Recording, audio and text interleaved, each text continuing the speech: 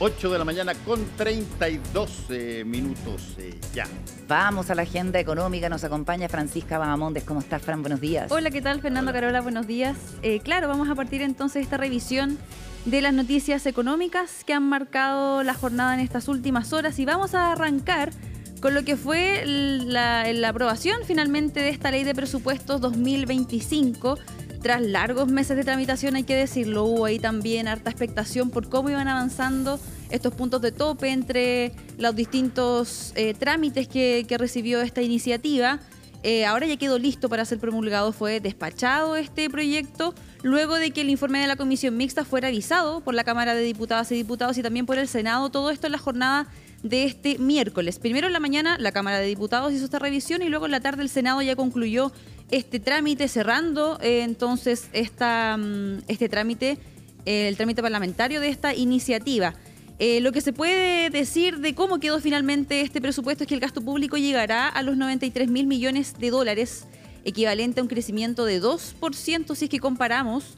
Si es que lo comparamos respecto a la ley que fue aprobada para el año 2024. Acá también hay que recordar, Fernando, Carola, que hubo un acuerdo con la Comisión Mixta para poder modificar la propuesta original y lograr tener 600 millones de dólares menos de gasto público, que también es algo que es algo que se ha destacado no solamente por parte del Ejecutivo, sino que también por los distintos parlamentarios que fueron parte también de este acuerdo.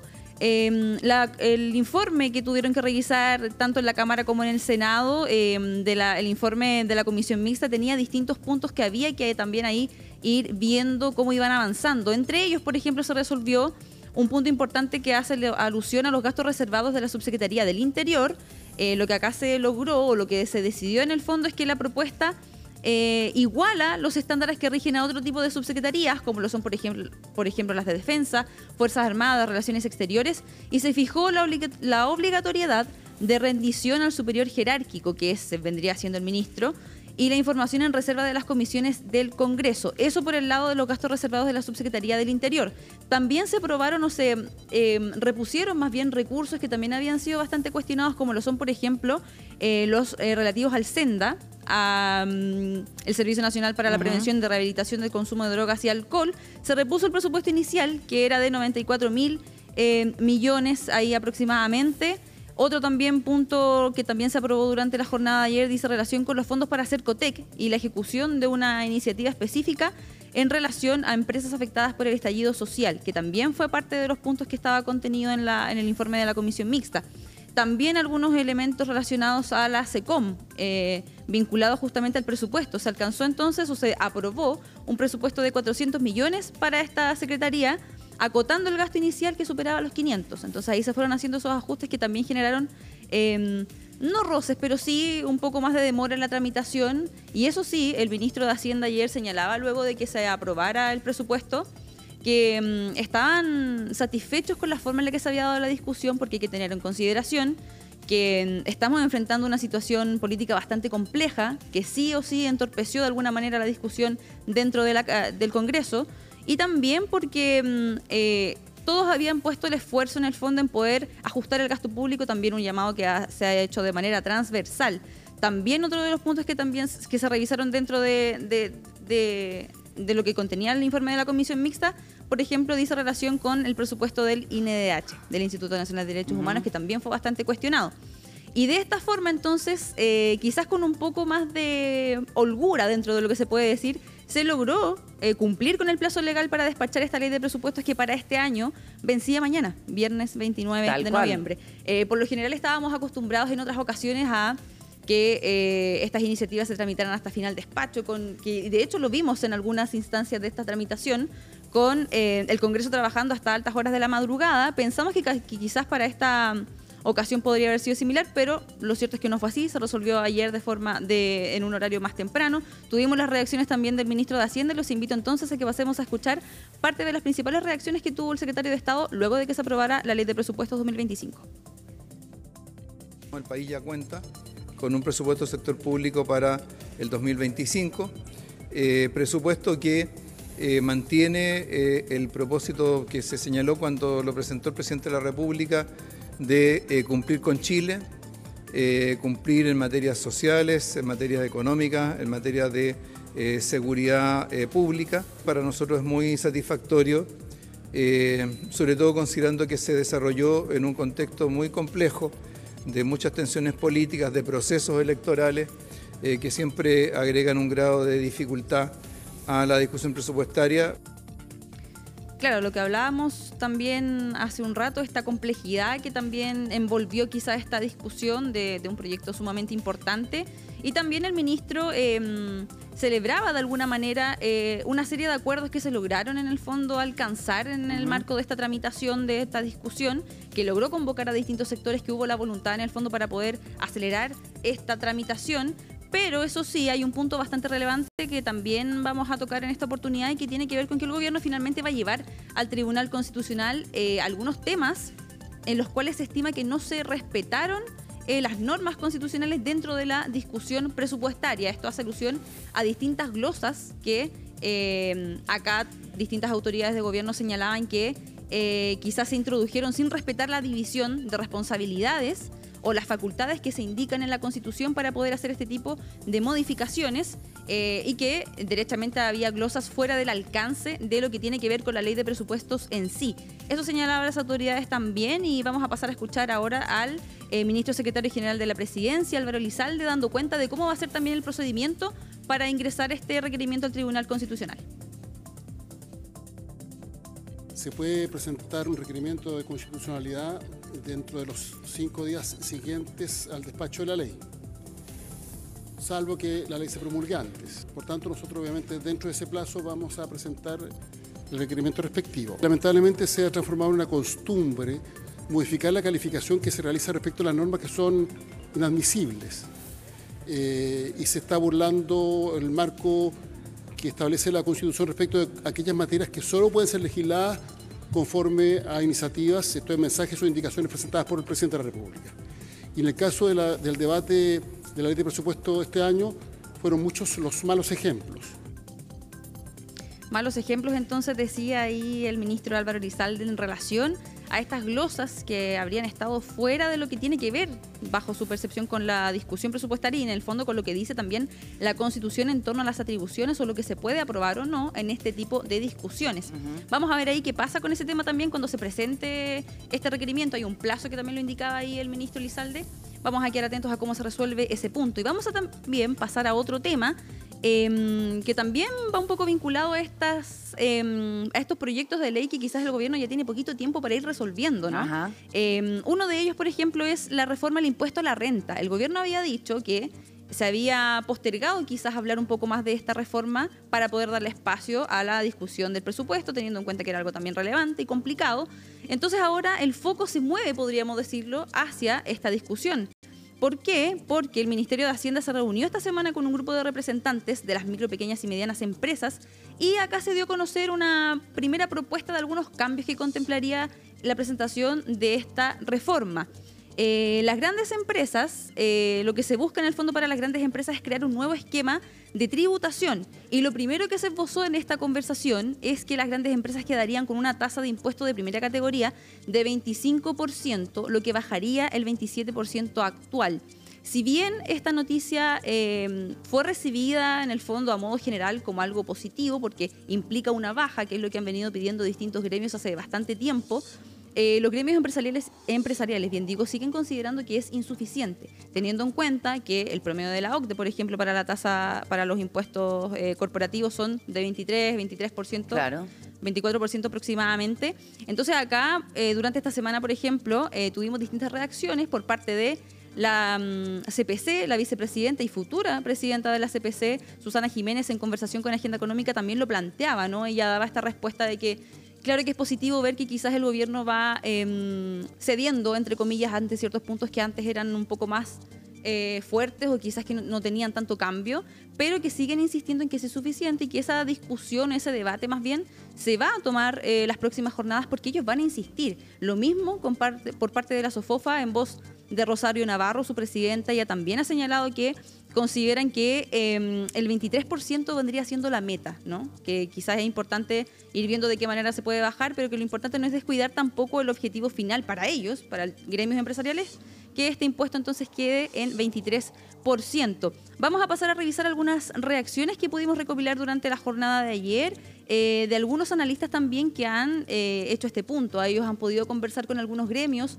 cuáles son las preocupaciones que los gremios han esbozado también en torno a esta temática. Y vamos a escuchar primero a Hugo Hurtado, el socio líder de Tax y Legal en Deloitte, para que conozcamos un poco cuál es la visión también del empresariado y lo que ellos han podido recoger dentro de esta discusión. La rebaja va a la línea correcta, pero el mercado y también las empresas con las que hemos conversado el tema lo ven como una disminución baja. Para que esta rebaja pueda modificar conducta, y cuando me refiero a modificar conducta me refiero a aumentar la inversión, probablemente se requiere una baja aún mayor. Con eso dicho, se entiende que el gobierno probablemente la sitúa del 27 al 25, porque efectivamente esa rebaja tiene un impacto en la recaudación. Entonces probablemente el gobierno tuvo eso en mente para no ir directamente del 27 al 23 o 24%, que hubiese sido lo ideal. Claro, acá entonces lo que surge, Carola, Fernando, también es esta especie de desequilibrio que hay entre la pérdida que podría generar esta baja en los impuestos, pero por otro lado también lo que se está intentando hace bastante tiempo, no solamente público, el sector público, sino que también el privado, es que es aumentar o incentivar más bien la inversión, ¿no? Claro. Que es una situación que ha generado bastante preocupación.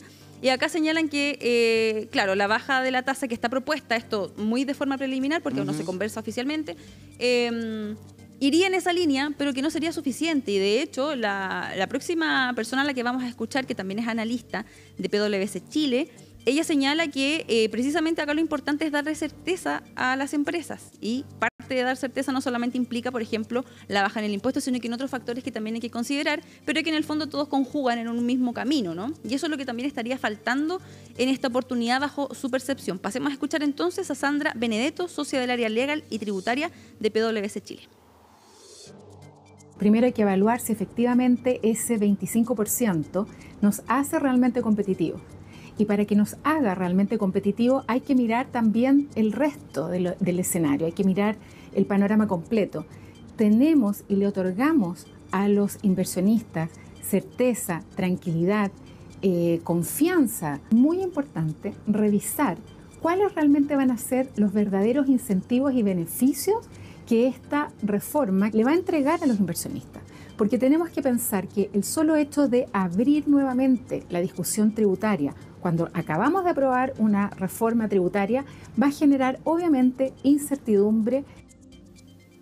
Claro que sí, incertidumbre que distintos gremios señalan que aún existe, que quizás se ha ido mermando con el paso del tiempo. Por ejemplo, no sé, la discusión del royalty minero también ahí vino a calmar un poco esta situación, pero hay otros factores como por ejemplo este tipo de discusiones y este tipo de debates que se van a abrir y que ya estamos en el fondo en la recta final para poder definirlo. Ahora, lo que se aprobó no fue una reforma tributaria, fue un proyecto específico de lo que proponía el gobierno como pacto fiscal, pero que tiene que ver con elusión y evasión, no es una reforma integral. El grueso en el fondo se viene ahora, sin desmerecer obviamente la discusión que se dio anteriormente, que sí es importante y que de hecho el Servicio de Impuestos Internos ha señalado que para ellos ahí va a estar la base, ¿no? En controlar la evasión, en todo lo que se pueda recaudar a raíz del trabajo que quizás no se ha hecho actualmente en esa materia. Claro, que vamos es como un mínimo uno pensaría, claro, ¿no? Por supuesto que sí. Bueno, vamos a quedar atentos también a esa discusión que está recién, podríamos decir, tomando un poquito más de fuerza luego de lo que fue el presupuesto, porque justamente este viernes el Ministerio de Hacienda va a reunirse precisamente con la CPC,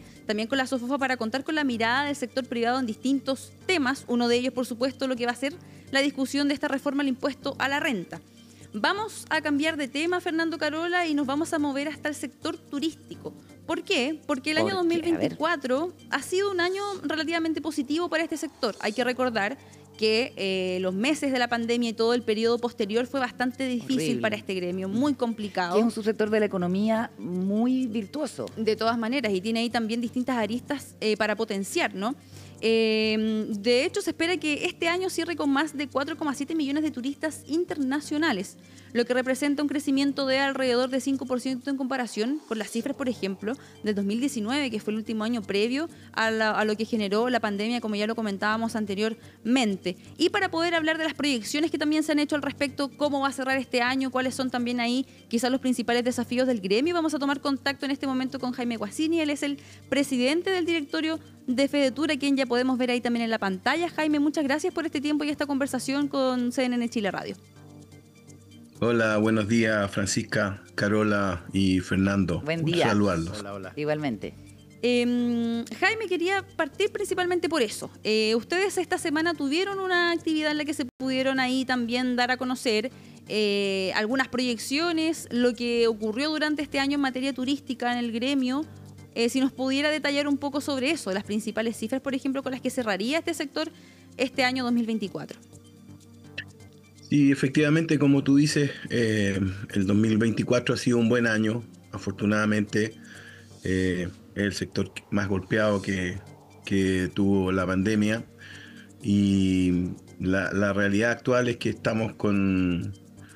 volvimos a tener la cantidad de mano de obra que teníamos antes de la pandemia, cerca de los 640.000 empleos. Sin embargo, estamos con un 20% menos de camas, esas desaparecieron. Y lo mismo con el tema de los aviones y los vuelos.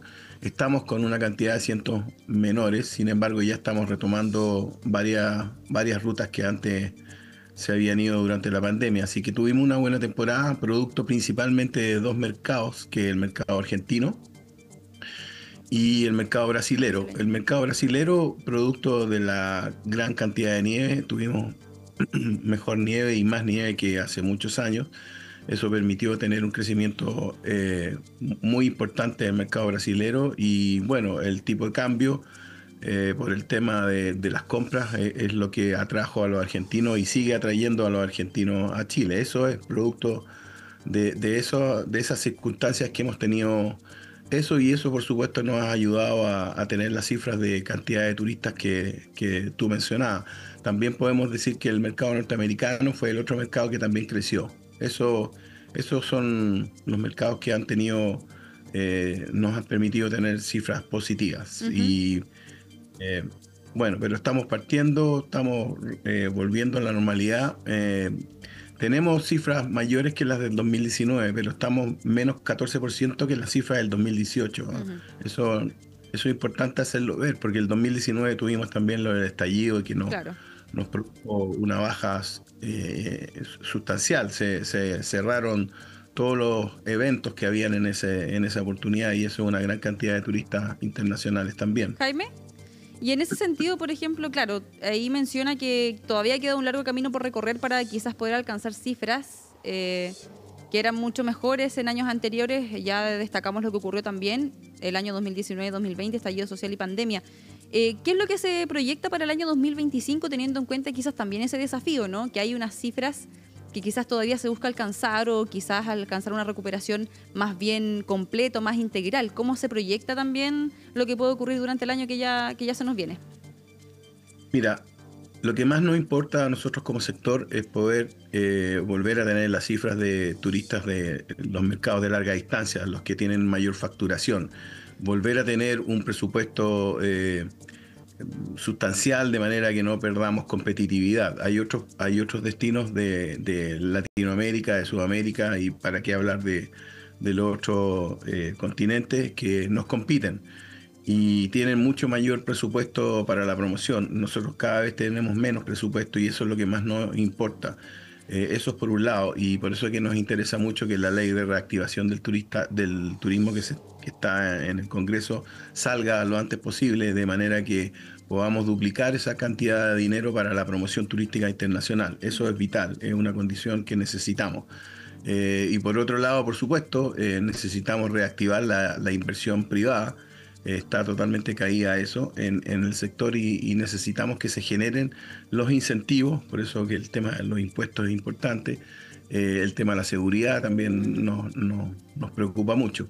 Pero como decía un estudio de la WTTC que salió hace poquito, estamos con tasas de crecimiento de pasajeros importantes, pero no así la facturación. Y eso es porque estamos recién saliendo de la pandemia. Obviamente que los mercados que primero reaccionan son los de corta distancia, por eso es que Argentina y Brasil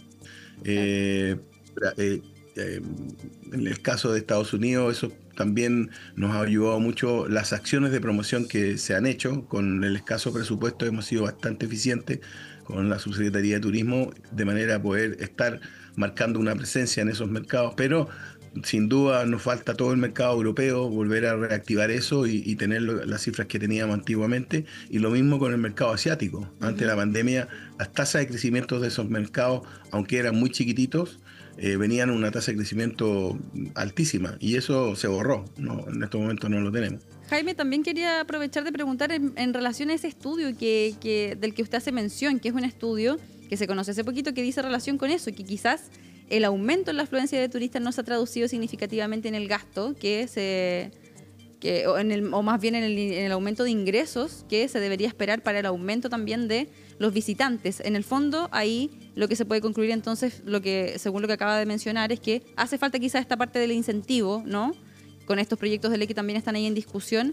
Pero ¿qué otros factores también están impactando en esta situación en particular? Porque acá el estudio señala que quizás hay una especie de falla en la planificación del sector turismo en general, de las normas o quizás de los lineamientos que se han planteado para hacer crecer al sector, independiente de lo que pasó, por ejemplo, 2019 y 2020, que son fenómenos que quizás no estaban previstos, por decirlo así, pero que claramente tuvieron un impacto bastante fuerte y del que les ha costado repuntar.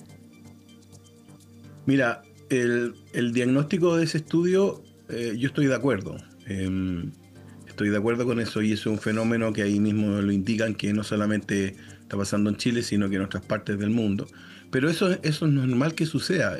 Saliendo de la pandemia, los primeros mercados que reaccionan, por lo menos en el caso de Chile, son los mercados de corta distancia. Brasil tiene una facturación un poco mayor en algunos segmentos del mercado brasilero, pero la gran mayoría del mercado brasilero no va a los resorts ni a los centros de esquí por una semana pagando, o sea, teniendo una facturación grande, sino que la mayoría de los brasileros ya conocen Chile muy bien, se manejan en forma independiente, toman taxi, andan en Uber, alojan en Airbnb mucho. Claro. Se mueven solos, y eso es una facturación baja. Argentina lo mismo, Argentina conoce muy bien Chile y se mueve bien, por lo tanto siempre ha sido un mercado que tenga una baja facturación. Jaime. Pero eso es normal. Ahora lo que viene es invertir en promoción en los mercados de larga distancia, especialmente en Europa, y reactivar esos segmentos. Eso es el diagnóstico. Déjame hacerte una pregunta. ¿El tema de la seguridad impacta en los turistas? Mira, el tema de seguridad,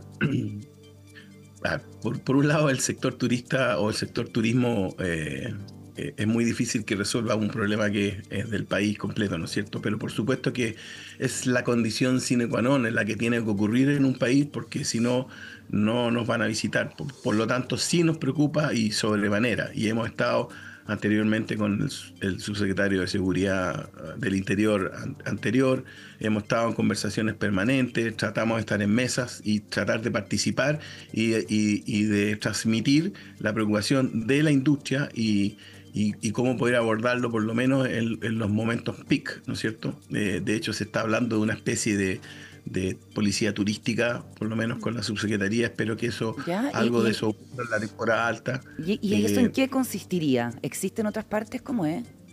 Sí, claro, existe en otras partes. No se llama policía porque no son policías, pero ayudan un montón en asesorar, en asistir al turista que anda en el centro, tener ese tipo de personas en los lugares íconos, ¿no es cierto?, donde los turistas se transitan, y hacer un poco de seguridad, decirle no se meta por acá, vaya por acá, asiste en pregunta, en idioma, en inglés por lo menos, y eso ayuda bastante. No es una policía que nos proteja de un asalto, pero sí ayuda un montón. Eso por un lado, y los problemas en el aeropuerto, ¿para qué hablar? Eso sí. Todavía no se... Eso mismo te iba a comentar. Me tocó volver de Buenos Aires hace pocos días y dos cosas me llamaron la atención. Uno, que lo primero que uno se encuentra al salir de la manga es en un mensaje en altavoz que dice, ojo con los taxis que tome solamente los oficiales. Y uno dice, en vez de solucionar el problema, lo anuncian para prevenir a los turistas, que es una cuestión bien de loco y que no se ha resuelto en décadas. Y lo otro es que hay un nuevo sistema para hacer la policía. Ya no están los funcionarios, hay unos tótem. Y la verdad es que mi experiencia y la de la gente que venía en el vuelo fue súper mala. Fue muy mala y tuvimos que terminar yendo todos al control manual con un desorden en que los propios funcionarios no sabían mucho cómo reaccionar. Claro, mira, eso, el tema de la seguridad, el tema del ingreso al aeropuerto, que es un desastre, por decirlo en una sola palabra.